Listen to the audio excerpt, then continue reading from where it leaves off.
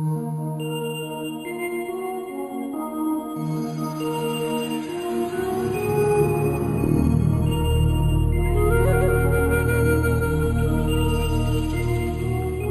Out Loud, a program designed to explore in-depth interviews with writers to hear that words have voices. Our hostess for today's program is Teresa Miller, Executive Director for the Oklahoma Center for Poets and Writers at OSU Tulsa.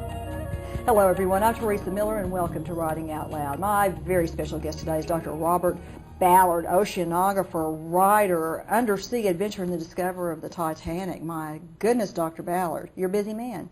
Well, thank you. No, it's an exciting career to have, actually. Certainly. How did your quest to discover the Titanic begin? Well, you know, I've been an oceanographer for 40 years now, and when you work underwater, there's always challenges, and the Titanic was sort of that Mount Everest, a technological challenge that one wanted to try to do, and there was competition, just like there is in anything else, and so it was a technical challenge. Initially, I didn't expect to be that affected by the discovery. I thought, well, let's just go out and we'll do it. And testing equipment, didn't you even testing equipment and evolving a new technology, but then when one really visits the Titanic, it's quite an impressive thing. People say, what's it like? And the closest I remember was going to Gettysburg.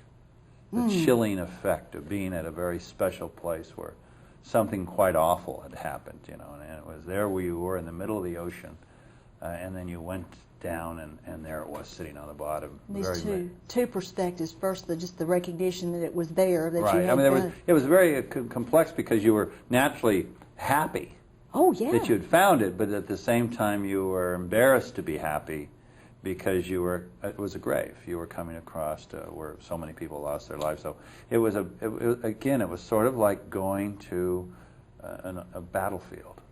And I'm sure you'd rehearsed it in your mind. I mean, what it was going to be like when you actually got down close and when you saw the ship. But can you ever really totally prepare yourself for No, that? in fact, we were at the very end of the expedition when we found it, and we were preparing ourselves not to find it. So we were actually beginning the process of processing failure. You know, well, we're just not going to find it. You know, so right when we thought we weren't going to find it, we found it. And so it was almost a 180 emotional turn because we thought we were going to go home in a few days, and that was that. We were just sort of going through the motions, and then bam, we came in on it. As outside observers, we see the title, The Discovery of the Titanic, and we tend to think it's moments of discovery, but it's a process of discovery. Absolutely. And tell us a little bit about the process that led to this, because it was arduous. Well, yes, and it's it's in 12,000 feet of water, which is a fair distance down. It was in total darkness, and it was also in rugged terrain. It was in a canyon, and so it's like looking for something in the Grand Canyon. I mean, it could easily be missed. And we had to develop a particular strategy to try to find it, because other people had tried and failed. So we had to sort of concentrate on a different strategy, and that was not to look for the Titanic, actually. That was to look for its debris that streamed off of it as it sank, because sort of like having an accident in the sky, like tragically the space shuttle, the debris was scattered for miles and miles and miles. Well, when the Titanic broke up, it was sort of like the space shuttle breaking up in the sky, and then the heavy objects went straight down and the lighter objects were carried by the current. So the final footprint was quite long, and the idea was sort of like if you wanted to track down a deer in the winter or something, you'd look for its footprints, and you'd follow the footprints, and the footprints would cover much more real estate than the deer hiding in the woods. And that was the same sort of thing, was to pick up that debris trail and then just follow it in. It led us right to the Titanic. And actually, you've written that it turned out to be harder than you thought it would be. Well, I mean, you always are full of optimism, but you also feel you have a reasonable chance. And we tend to not really take on things unless we have a reasonable chance of finding it. We've done a lot of other searches. We just did PT-109, President Kennedy's boat, and the Bismarck. And most recently, I've been working on ancient antiquity, which is an interesting detective story. Oh, I know, and we're going to get in. We've got all these wonderful books. My goodness, the body of work you've accomplished not only when you're undersea, but writing. Do you write when you're I write. I keep out diaries. on expedition? I keep diaries, and they really keep me honest.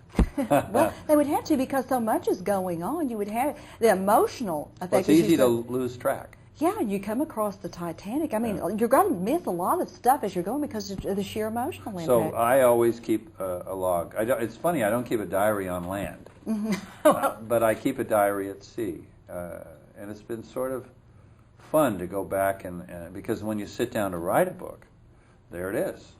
Because a lot of my stories are the storyline. You know, it started and it ended. And if you have a diary, you can then just walk right through your diary, and it leads you right through the expedition. Can you recall when you? I'm sure you can. Is when you approached the ship the first time. This emotional moment, this triumphant moment. You're approaching the ship. What was the first image that stuck in your mind from that? Well, I had just left the control van and gone up to my room. I was reading Chuck Yeager's book, actually. I never finished it. I don't even know what happened to the book, but seems anticlimactic after such an experience. The crew members. That were in the, we operate on a 24-hour basis, so we have a control room. It's almost like a television studio. You're sitting in your television studio looking at your TV monitors, which are basically the windows of your vehicle. And they picked up some debris, but initially they, they couldn't, it wasn't identifying debris, it was just sort of junk. And they said, well, this is a shipping lane where a lot of junk is dropped, okay, and also an area where German U-boats sunk a lot of ships during the war. So we, quite honestly, expected to find a lot of stuff before we found the Titanic. So it was sort of ironic that the first thing we found was the Titanic. But what happened was the debris came in, and you can hear, we had a microphone going, and you can hear the crew members saying, what do you think, should we get Bob up? Because it was 2 in the morning. I don't know, you know, and they kept debating on whether they ought to get me up. Well, plus they didn't want to leave. I don't want to go. You go get him. You know, and it turned out that the cook had gotten up in the morning to start the morning breakfast. He gets up very early in the morning. He'd gone out on the back of the ship where our control vans, our studio is in a shipping containers basically, and he was having a cigarette, and he popped his head in, and they said, "You go get him." And so it was sort of funny because my cabin is very high up on the ship near the bridge. And normally the cook never goes up there. And so I was actually sitting on my bed, still dressed, reading the book, and he stuck his head in the door. And he said, the guys think you might want to come down. And I just bolted because I knew. And as soon as I went running, I think I flew down 6 decks and came bursting into the control van just as they went over one of Titanic's boilers. And that was the first object that said, Titanic. And there was this explosion of excitement because we realized we'd done it. And then, like I said, someone at that moment said, she sinks in 20 minutes. And we all went, oh my goodness. And it went from this elation to, oh my goodness, we're there. And we actually raised the vehicle partially up off the bottom and went out and had a sort of a memorial service on the stern. Realizing that we were at the very spot where all the people had died. A sacred spot, and you've always viewed it that way. When did it suddenly begin to dawn on you that this came with a heightened sense of responsibility? Because other expeditions when I saw the shoes. So when we were diving on the Titanic, everything's gigantic. The boiler's gigantic, the bow's gigantic. Everything about the ship is gigantic. And then you see nestled amongst all the debris pairs of shoes. And the pairs of shoes were once connected to people. See, when a human dies in the ocean and they fall to the bottom, they're eaten. It's like someone dying in the woods. There's animals that come in and they eat the person. And then the bones are exposed. But the deep sea is undersaturated in calcium carbonate, so it dissolves the bone. The bones won't last 5 years. And so all that's left are their leather shoes, because Mother Nature doesn't eat leather. Sort of like that guy goes fishing and he pulls up a boot. Well, there's a reason for that. The boots last. And so this only signature left of the human being is their shoes. And when you see those, you realize, whoa, wait a minute, I'm not going to pick up something right next to those shoes. Yeah, but others subsequent, did. yeah. How do you feel about that? I mean, we have these traveling exhibits now that you can go and pay to see. I'm not in favor of them. It's sort of like, to me, taking belt buckles off the Arizona in Pearl Harbor. I mean, these are special places. Now, a lot of people say, well, who's ever going to go there? Well, people go there a lot now. There's tour boats going out in submarines. Every summer, people dive down to the Titanic, and it's sort of sad that a lot of the things that were there have been taken. It's sort of like the controversy over the Elgin marbles from Athens, or the Rosetta Stone that Egypt now wants back. And I think that these things have much greater importance in their context. It's sort of like I say, like going to Gettysburg. If you go to Gettysburg, I can remember my family. I'm 14th generation American, and my family were Virginians before they were Kansans. But we started in Virginia in 1635, and our family divided into the northern Ballards and the southern Ballards, and they met at Gettysburg, killing one another. And I can remember walking out on the battlefield at Gettysburg, coming to a little sign that said high water mark of the Confederacy. It was the northernmost advance of the Confederate Army into the Union, and it was Pickett's charge. And I cried. The ground spoke to me. And when I was at the Titanic, the ground spoke to me. So it was like being at a place that, how could I possibly try to salvage objects and sell them or exhibit them for profit? Not me. You've also written a book for young readers, Finding the Titanic, which is just delightful. What lesson would you like young readers to pick up from your mission and from the story of the Titanic? I think to follow your dream. I think what you try to instill in young people, that they need to follow their dreams, and that is the driving engine. Not your mom's dream of what they want you to do, not your father's, not your friends, not your coaches, not your teacher. What do you want to do? Because a lot of life is a challenge. There's a lot of failure.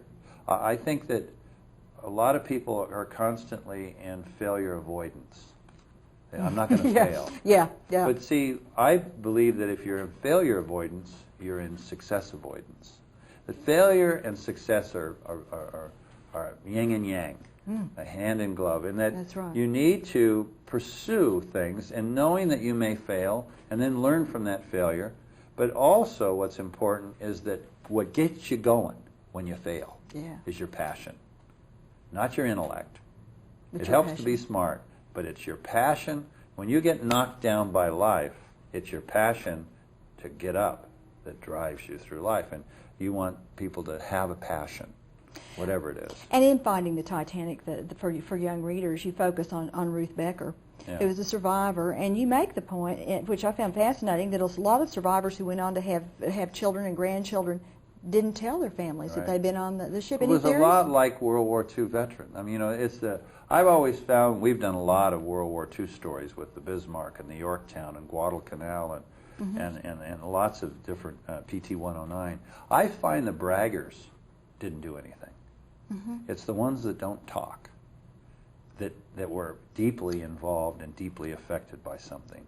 And so the ones that are most deeply affected, they don't talk. By the way, it takes a lot to draw them out. Oh, I bet so. By the way, what did you think of the movie version of the Titanic? I actually enjoyed it. My wife and I watched it together, and she didn't think it would do well, and I said it will absolutely do well. I enjoyed it not so much for going down to the Titanic, because I had been there and seen the real McCoy. What I liked was where they rebuilt the original. And see, I knew the Titanic as an old lady. I didn't know her as a beautiful woman. And when they replicated the ship, I was able to see her as a beautiful woman that she was. And that I really enjoyed seeing. Oh, I bet so. I hadn't thought of it that way. That does add a new dimension. Of course, you've explored other ships. We're going to be showing on camera your book, Ghost Liners, and the Titanic is in it as well. There's probably no experience that can match that. What would be the second most moving experience you had in coming upon a ship, and a ghost liner? Well, You know, I've had a lot of them. Bismarck was chilling experience. It was a warship. It was it died in war and died in battle. And I can remember coming up over its bow and seeing this 15-foot diameter swastika. Yeah. Still there, and that was very chilling. Lusitania was very sad because there were mother's shoes and baby's shoes, and it was draped in nets like cobwebs. It looked macabre. Other ones, like the Yorktown, 17,000 feet of water, sitting there, you know, like it was, you could land on the deck. I remember people always say, well, how do you know you found the right ship? Well, this said Yorktown on the stern. I mean, so there's different, but some of my greatest works are really not the contemporary shipwrecks. It's some of the work we're doing now in ancient antiquity, and also some of the natural history works, the discovery of deep-sea creatures in hydrothermal vents, the exploration of the great mountain ranges. My background is really as an oceanographer and an earth scientist, and a lot of my expeditions, way before I started finding shipwrecks, was exploring the natural wonder. In fact, the book Eternal Darkness that you have there. Oh, yes. Eternal Darkness is the history of deep-sea diving, and that's my favorite book. Well, it's a great book, and it's subtitled "A Personal History," Yeah. because this becomes very personal. It is. I've been doing this now for 40 years. I've done 120 deep-sea expeditions. And so this is sort of not only my expeditions, actually the book starts long before me with William Beebe and Otis Barton, who were the first people to go into we call eternal darkness, below 1,200 feet, where the sun is never there. There's no light. It's eternally dark. And the first people to go down there were out of Bermuda in a bathysphere. It looked like a big wrecking ball that people were inside of. I would never go down in that thing. But they went down in the 30s, and they were the first to see the creatures of the deep, the denizens of the deep. And I remember looking at those stories in National Geographic magazines where they published their work. Beebe and Barton published their works in the 30s and 40s, and I was fascinated by the creatures, the hatchet fish and the lanternfish, and it became a magical place for me as a child to want to go and see those creatures. And so I would say that when we found these incredible giant tube worms and this whole new life system that's in these underwater hot springs at 9,000 feet, where we now think that life may have began on our planet. We think that it's how we can help find life elsewhere in our own solar system. Those were actually more important scientific discoveries. The confirmation of plate tectonics, the whole new concept of the Earth system. I think of those more proudly as a scientist. Oh, I can imagine. These were great adventures. Oh, sure. But I really am equally happy I did these other things. And now, as I've sort of moved away from contemporary shipwrecks and now into ancient shipwrecks, and I just got off, I'll be speaking tonight or tomorrow on my recent expedition to the Black Sea, which is a magical place for ancient antiquity. And then the search for Noah's flood, I think The same place. But the Black Sea is a very, very unique body of water. Unlike the rest of the world's oceans, it has no oxygen at the bottom. And so when shipwrecks sink, particularly ancient shipwrecks made out of wood, they're mummified. And I just came back from excavating a ship that was mummified, and it's stunning how well preserved it is. I wanted to ask you a question. You talked about this absolute darkness, that it's hard for us to imagine. What's it like for you coming back from the darkness to the light? Is there a period of adjustment? Well, I would say it's more of the adjustment coming back from an expedition. Nowadays, we actually use robots. I've stopped really using diving vehicles because they're so expensive. Their insurance are outrageous. And I've become using more and more what we call remotely operated vehicles, or ROVs. And the beauty of the ROVs, and this is the one I just finished using, I just used one called Hercules, which is an incredible ROV, all high-definition television systems. So we're, again, in a studio aboard the ship with 52-inch plasma displays, multiple cameras, and the vehicles, we have vehicles diving together. because we want one to light the other and one to see the other. And so they're companion vehicles. And you go down there, and each of them has a high-definition camera, and they can see one another, and they work together with one another. And all of that is sent up to the studio. And you're sitting in a room that's about 20 feet by 20 feet room with incredible imaging displays. Then what we added to that this summer, which was sort of fun, was a satellite system that could transmit that room to the beach and replicate it for kids. So we had children, we built replicas of this room that I was in. And children and adults, we let them in too, would come in and sit, and they would converse with me as if we were in the same room together. And I would show them the expedition as it unfolded. And we went, I did 110 actual presentations during the expedition with rooms full of children, and showed them what deep sea exploration is all about. Now that really got them excited. I bet so, and you too. Yeah. Oh yes, just to be able to share it. I was always the little kid that ran home with the frog, you know, and Sure. wanted to show my mom the frog or the toad or whatever. And so I've always enjoyed discovery, but I've enjoyed equally sharing the discovery with others. Do you feel a kinship at all with astronauts? It's very much outer space and inner space. In fact, I'm starting a new program. In fact, hopefully some of the students will want to come into our new PhD program that we're starting at the University of Rhode Island. It's a Graduate School of Oceanography.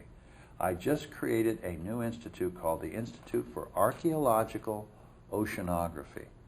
And you'll come there, and we're after students who know their math and know their physics, but love the Greek and Roman classics as well. So we're looking for people who have a passion for science, but a passion for history as well. And they will get a dual degree. They'll get a PhD in oceanography and a master's in marine archaeology.